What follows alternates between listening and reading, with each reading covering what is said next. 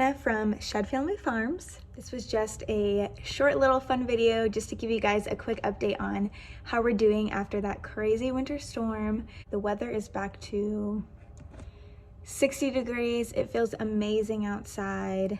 It's so nice. We are super excited and getting ready for the spring. As you saw, we are planning out our spring garden.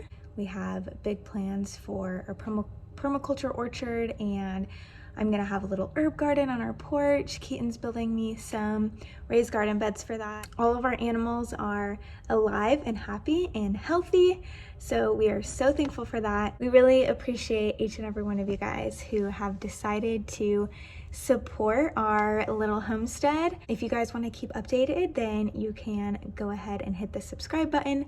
We absolutely love to hear from you guys, so if you want to leave a comment below, and then if you like this video, just give us a thumbs up. Bye guys.